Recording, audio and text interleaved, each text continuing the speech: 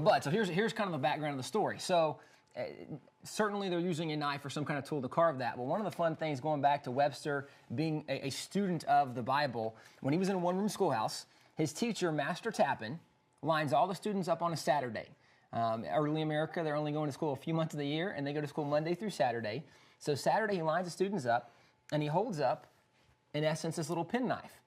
And he says, okay, whoever can memorize the most Bible verses by Monday, you can have this little penknife. So they all go home. Now, Daniel Webster's 6 years old. He's the youngest in school.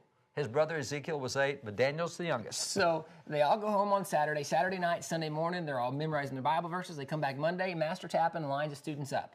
He says, okay, let me hear what you got. So he starts with the kid on the end, and maybe he has 13 or 14, and this kid has 12, and this kid has 11. This kid didn't memorize any. This kid has 7. Gets all the way to the end of Daniel Webster.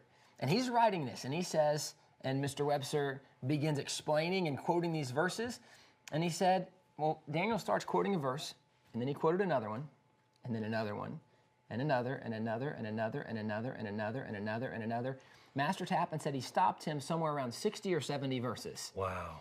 He said, Daniel, are you almost done? To which Daniel replied, no, sir, I have several chapters left. Wow. He said, okay, Daniel, you win the knife. 6-year-old. Over the weekend. Photographic memory, you think? No. Just hard worker. Well, Yes. but back then that was not at all uncommon. We have a lot of newspapers of the public school reports for New Jersey public schools, Washington, D.C. public schools.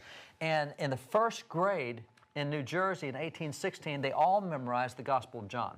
I mean, that's first grade work in 1816. And you're talking about 5, 6, 7-year-olds, roughly speaking, in first grade at that time, that are memorizing the book of John. And that's really because there was no television, there was no games. Well, there was also expectations. Well, one of the things I learned from Daniel Webster and others, that a lot of the expectations we have of our kids are very false expectations. Yes. Those kids don't know they can't do it unless we tell them, oh, you're not old enough to do that. And so as our grandkids came along, my grandkids, when he was 3 years old, I had him driving the tractor because nobody told him he couldn't do that, and I wasn't going to tell him that. Now, he drives it with me, and I'm up there with him. At 3, we got him his first gun. At 4, he has his own four-wheeler, and we do the safety stuff with the gun and everything else. And if you don't tell them they can't, you can train them to do it.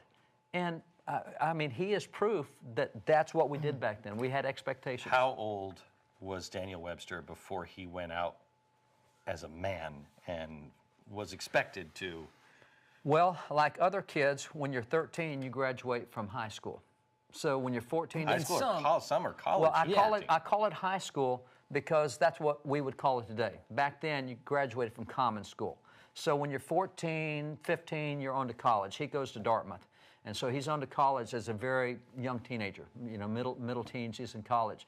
I actually have his senior oration that he did at Dartmouth. And it's so cool. He says, hey, we keep hearing about evolution versus creation. He said, let's go into that. And his whole oration's on evolution versus creation. And it is so... Isn't this before? Isn't that before? Now, see, here's the deal. What's his name? Darwin. Darwin? Yeah. I did a law review article for a law school on the anniversary of the Scopes trial. And everybody thinks that Darwin came along and he's the evolution Father of guy. evolution. Not so. Darwin took 2,500 years of evolutionary thesis and reduced it to a simple book. So what Darwin did is made it simple. Every single theory of evolution today was in place by 500 BC. And it was from the monkeys, it was from the apes, it was from primordial slime, it was the Big Bang, all of it 500 BC. So we have numbers of founding fathers who write about evolution creation debate. All Darwin did was modernize those 2,500 years of writings, put it in a simple book. Origin of the species, here it is. That's right. Yeah. And so it was not It was not a new issue. And so his senior paper was that. Now, this painting right here is of the speech that brought him to national light. This is a speech in December of 1830, and it is this speech right here. This is considered the greatest speech in the history of the U.S. Senate by the greatest orator in the history of the U.S. Senate. Still, or at Still, the time? still, at this time. At this time, even things like Wikipedia, which I don't trust Wikipedia to even know what their name is, but Wikipedia even says that at this point. And so what happens here is, and the background of this is as John Quincy Adams is going out of office, they pass a tariff bill because at that point, the British are dumping goods into the American market at such a low price. It's putting all of northern industry out of business and putting agriculture out of business out west. And so they do a tariff protective bill to raise the prices to protect American industry. So the western states and the New England states loved it. Southern states hated it because their only industry they got really is cotton. And they want as cheap a good as they can get from Great Britain. Well, and in response, Great Britain then began minimizing the exports they took from us because now we're taxing their products they're sending to us, and so it changed a lot of that trade. And the biggest trading partner for the South was certainly over in Europe and Great Britain, but the only thing they had to trade was cotton.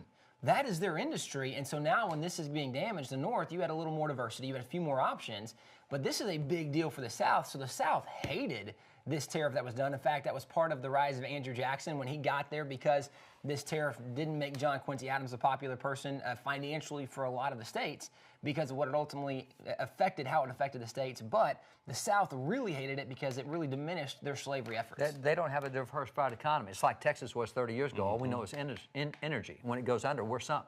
So what happens is Andrew Jackson now gets elected because JQA did this tariff bill to protect industry, and it helped the business. I mean, the economy grew as a result of the tariff bill.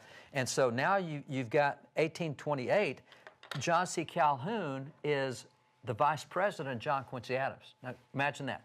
JQA, the most anti-slavery guy in the nation, and John C. Calhoun, the most pro-slavery guy in the nation, and they're president and vice president. And so at that point in time, you have John C. Calhoun who does this thing about we need to be able to nullify any federal law we disagree with. So he wrote back home to the legislature, did a ghost pamphlet for them, talked about how any state has the right to nullify any federal law. And he's South Carolina at the time, which is huge pro-slavery. So this is destroying his state. He says, no, we're going to fix this problem. We're just not going to recognize the law. We're going to nullify the federal law we disagree with. And so that's the They're still trying to do this today, and they're getting away with it. Well, and it's dead wrong. Because they go back to the 1798, 1799 Kentucky and Virginia resolutions done by Madison and Jefferson, where it says states have a right to nullify. But the key is they said states. And Jefferson and Madison said, let's get all the states together, and as states, we'll tell the federal government they crossed the line. That's not one state. That is the states. And so what happened is they said, oh, no, one state's enough. Well, that's really stupid because the Constitution works for everybody. So if Texas can nullify a climate change law, then California can nullify a Second Amendment protection law, and New York can nullify conscience protection. You can't do that. And so that's where Andrew Jackson actually came out and said no. And so these guys said nullify, and they weren't going to follow the law. So Jackson gets Congress to pass what's called the Force Bill, which allows the federal troops to go in to any state that says we're not going to follow the federal law. And so at that point in time, then you get these guys that come back with they say, okay, we won't do that. But this is when the speech goes because you have Senator Hayne. Hayne is from South Carolina, and he's the guy, again, he's for nullification. And this is what led to secession, by the way. In 1832, as a part of nullification, this tariff, South Carolina was going to secede. They were going to leave the Union. And that's when Andrew Jackson stepped in and said, no, you're not, and the Force Bill, and et cetera. So this is the debate between Hayne and Daniel Webster. Daniel Webster's now been in the Senate 2 years. He's a freshman guy, and Hayne gets this thing about why nullification is right, and Daniel Webster pops up and says, no, here's the Constitution, here's how it was put together, here's what the founders intended, here's what they said, and he goes through, and that's his speech here, and it's a killer speech. But the most famous line out of the speech is the last line right here. This is the big line. Oh my gosh. Liberty and union, now and forever, one and inseparable. And that's the line that everybody latched onto. Listen to this whole thing here. What is all of this worth, nor those other words of delusion and folly? Liberty first, union afterwards, but everywhere, spread all over in characters of living light, blazing in all of its ample folds as they float over the sea and o'er the land, and in every wind under the whole heavens, that other sentiment dear to every true American heart. Liberty and union, now and forever, one and inseparable. Wow.